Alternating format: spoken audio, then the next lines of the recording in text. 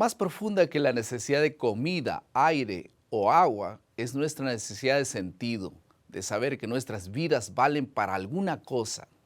Esa era la búsqueda de Saulo antes de conocer a Dios, porque para él esa necesidad acabó siendo torcida por el ego. Pero cuando descubrimos el llamado de Dios, sin duda somos y tenemos sentido, tenemos voluntad de vivir.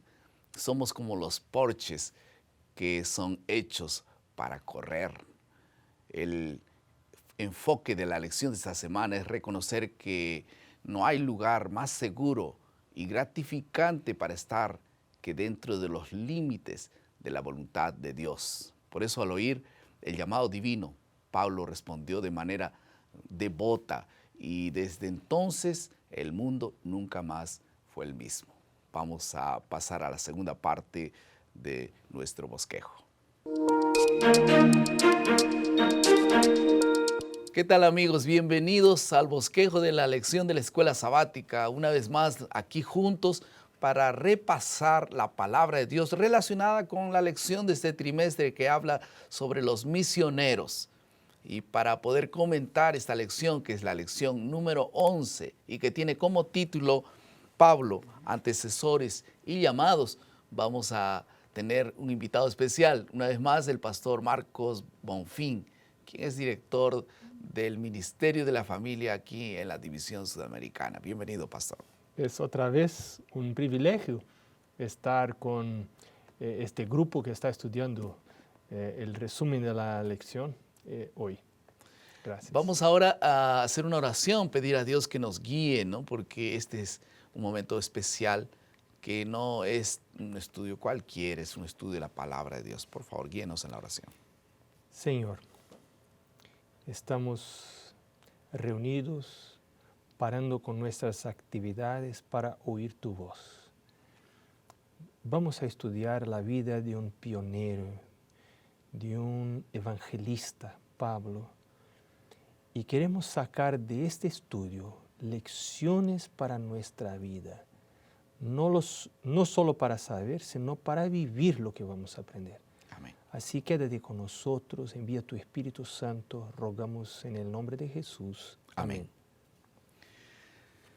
Vamos a hablar entonces de Pablo. En primer lugar, vamos a hablar sobre el llamado del apóstol Pablo y vamos a hablar también sobre la pasión que tuvo Pablo cuando estuvo aquí en esta tierra.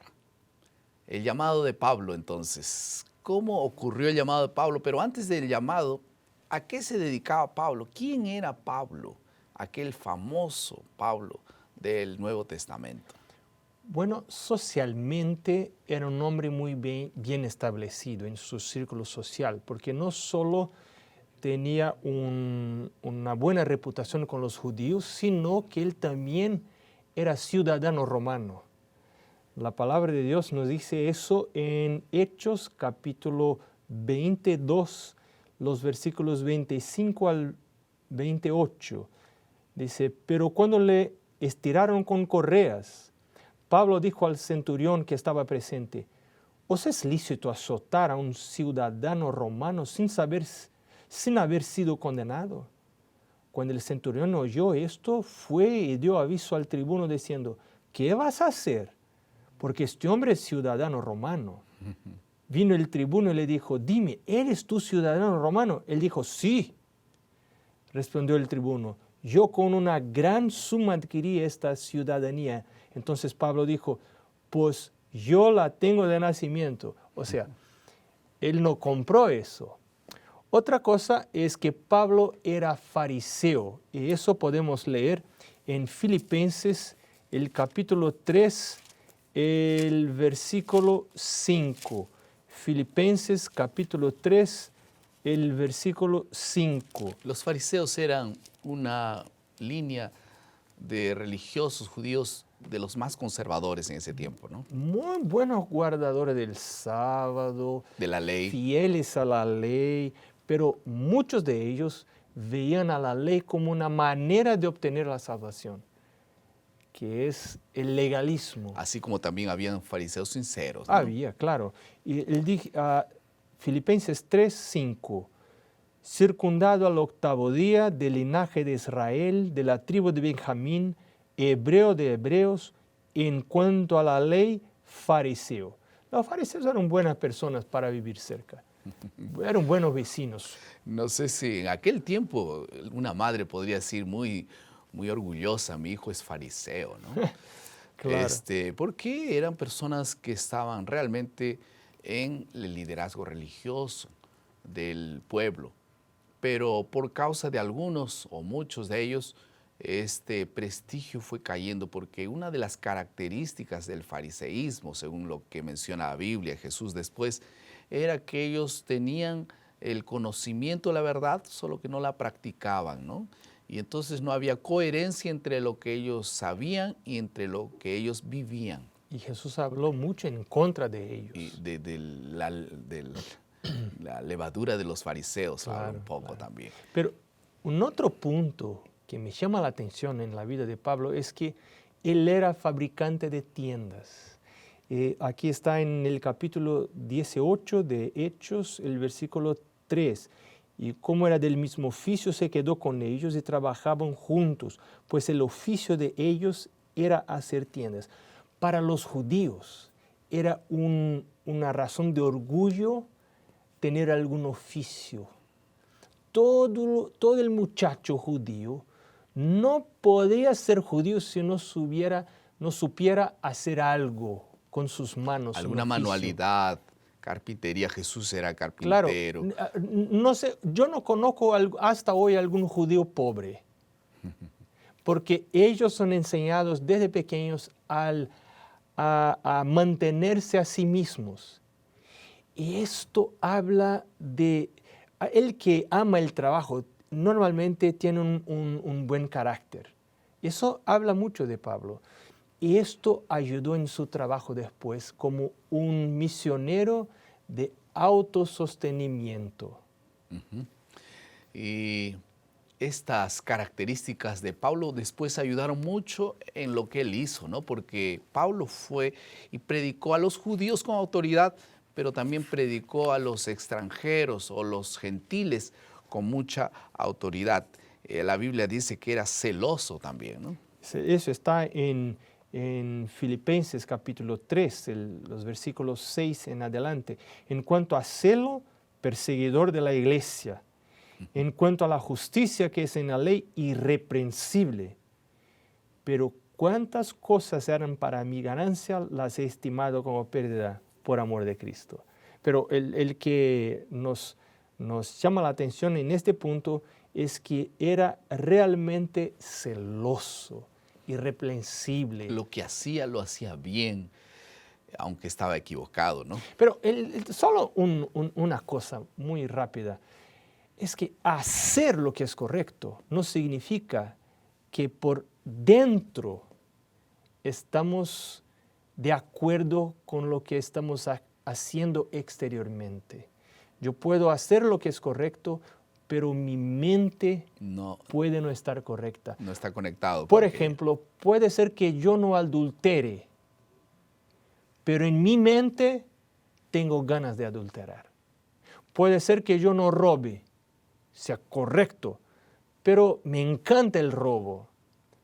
Dios no quiere cambiar mis actitudes exteriores. Dios quiere cambiar lo interior, las inclinaciones del corazón.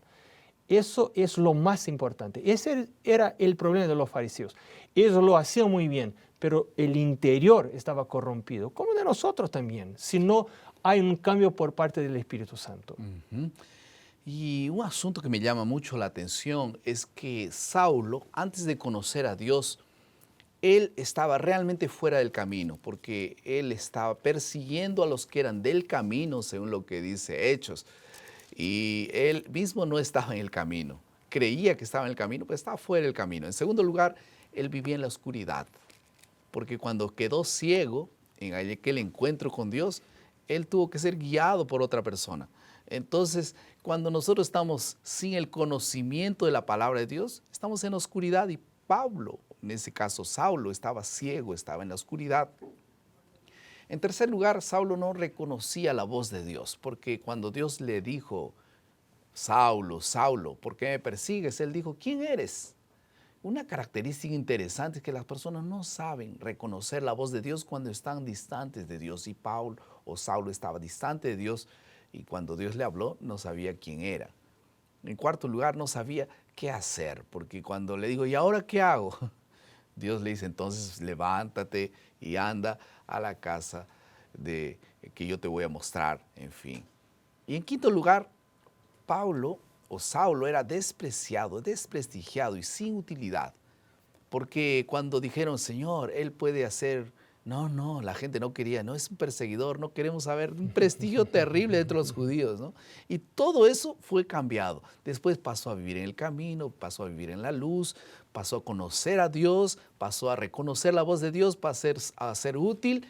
Qué transformación tremenda en la vida de Pablo, que ahora nos ayuda a nosotros a poder vislumbrar lo que Dios también puede hacer por cada uno de nosotros.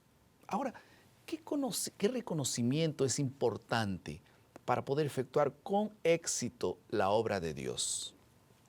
En primer lugar, Pablo dijo, yo soy el principal de los pecadores. Creo que esa comprensión de que yo que voy a trabajar por otras personas como evangelista soy pecador es muy importante. Porque yo necesito ir a la presencia de Dios cada mañana, no como evangelista. Y nosotros somos pastores, no como pastores, sino como pecadores. Me voy a la presencia de Dios y puedo decir, Señor, por favor, ten misericordia, porque soy pecador.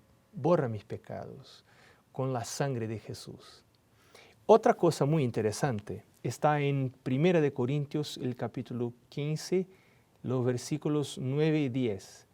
Él dijo, porque yo soy el más pequeño de los apóstoles, que no soy digno de ser llamado apóstol, porque perseguía la iglesia de Dios.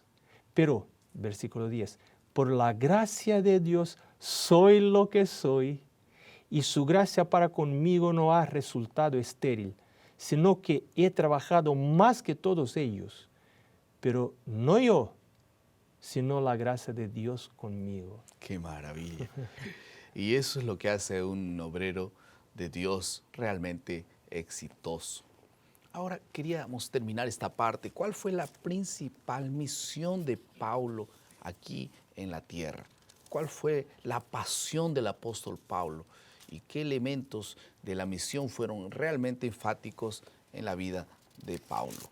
En el libro de Romanos, el capítulo 19, o mejor, el capítulo 15, los versículos 19 y 20, dice, con potencia de señales y prodigios, en el poder del Espíritu de Dios, de manera que desde Jerusalén y por los alrededores hasta Ilírico, todo lo he llenado del Evangelio de Cristo. Y de esta manera me esforcé por predicar el Evangelio, no donde el nombre de Cristo ya hubiese sido pronunciado, para no edificar sobre fundamento ajeno. O sea, uno de sus blancos, de sus objetivos, era llenar el mundo con el Evangelio.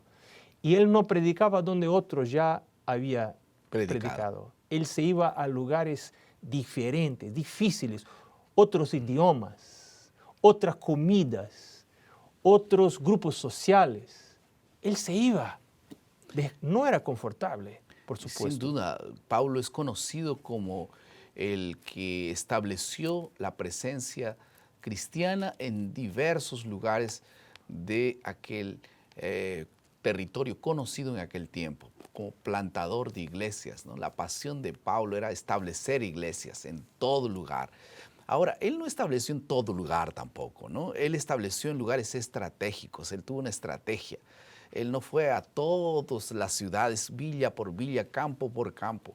Él usó de la estrategia de las ciudades para el campo. Entonces, por eso es que él llegó a Éfeso. De las 7 iglesias de Apocalipsis, él solo llegó a una de ellas, que Éfeso.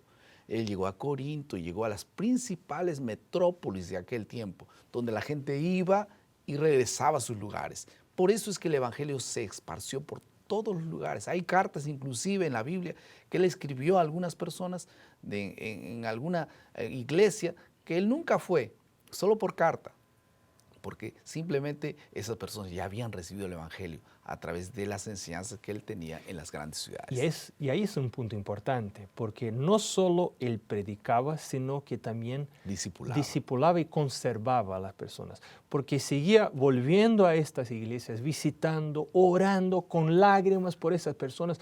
Él sentía una responsabilidad personal por esas personas.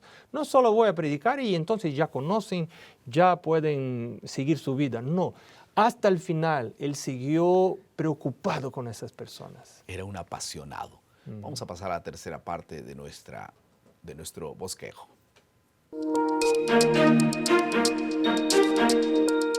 ¿Cómo nosotros podemos aplicar la lección que hemos estudiado a nuestra iglesia, a nuestro grupo pequeño, nuestra clase escuela sabática? La clase es un movimiento misionero. No puede ser apenas un lugar, un momento para estudiar. Cada unidad de acción, cada clase debiera tener un proyecto misionero. Es un desafío. Ahora, cuando nosotros salimos, la pregunta es, ¿cómo nosotros vamos a comunicar el Evangelio? La contextualización es importante. La metodología tiene que ser de acuerdo a la necesidad de las personas sin mezclarme con sus pecados. Eso es muy importante. Por eso Pablo dijo que me hice al judío judío, al griego griego, todo bien, pero él no adoptó los hábitos, los pecados de ellos, simplemente las formas. Si se vestía así, él se vestía parecido a ellos. Si hablaba con acento, él hablaba con el acento de cada uno de ellos, para poder estar parecido a ellos y entonces poder abrir las puertas. Ese es un principio importante para poder predicar y crear puentes y aproximarnos así de la cultura. El navío debe estar en el agua, pero no el agua en el navío.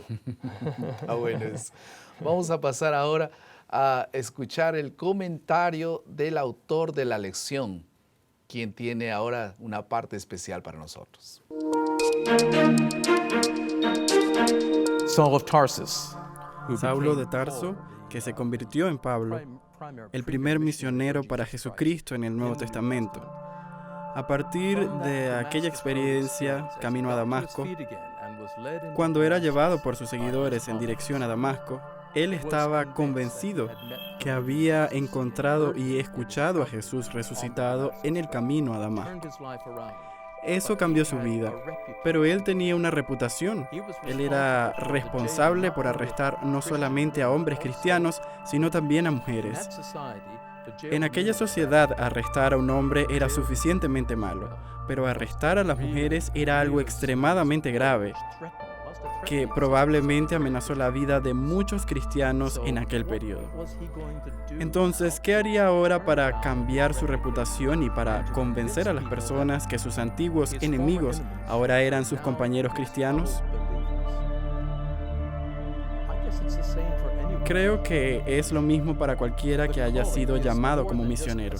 El llamado es más que una simple convicción personal de que fui llamado para un trabajo de misión. Ese llamado, en el caso de Saulo de Tarso, fue confirmado cuando él llegó a Damasco, por aquellos creyentes que lo recibieron, que fueron a verlo, que lo testaron y que confirmaron que creían que el llamado era genuino. Yo creo que la Iglesia ha participado sabiamente, una confirmación de varias etapas de los misioneros llamados, aquellos que son enviados en misiones especiales. Ellos no solo están aptos para tener sus convicciones personales, sino que a los ojos de quienes los conocen, están aptos para ser convincentes y persuasivos de que ellos fueron llamados. La congregación local está apta para decir algo sobre su vida cristiana y su comportamiento. Los líderes de la organización están aptos también para aplicar un test y el Espíritu puede hablar en cada uno de esos niveles para confirmar el llamado. Felizmente, la mayor parte de los misioneros cristianos y los que quieren ser misioneros no tienen la misma reputación que Saulo de Tarso tenía. Entonces no tendrán la misma resistencia, pero la iglesia necesita probar, demostrar y confirmar a aquellos que fueron llamados a ser misioneros. Debe ser una confirmación en varios niveles del llamado, en función de asegurar que el llamado es genuino.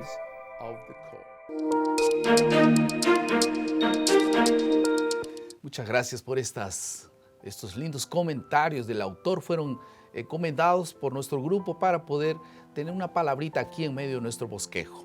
Ahora, nuestra decisión, ¿qué vamos a hacer en esta semana? Yo me pongo a pensar, alguna acción tiene que producir en la iglesia. Tú tienes una clase, escuela sabática, o tal vez tú sientes el llamado de Dios. Este llamado no es para todos, para algunas personas específicamente. Hay una declaración de Elena de White que dice: nuevas iglesias deben ser establecidas y nuevas congregaciones organizadas.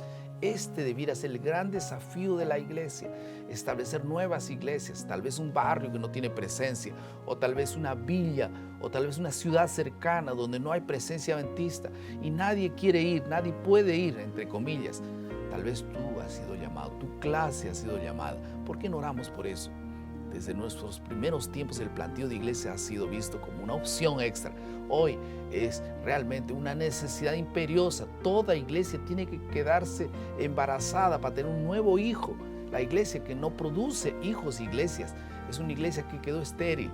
Yo oro por las iglesias para que todas las iglesias puedan ser realmente fértiles y producir nuevas iglesias y poder esparcir el evangelio de Dios en todas partes. ¿Por qué plantar iglesias? Porque las personas no vendrían tan lejos, ya tendría una iglesia cerca de su casa, sería más fácil.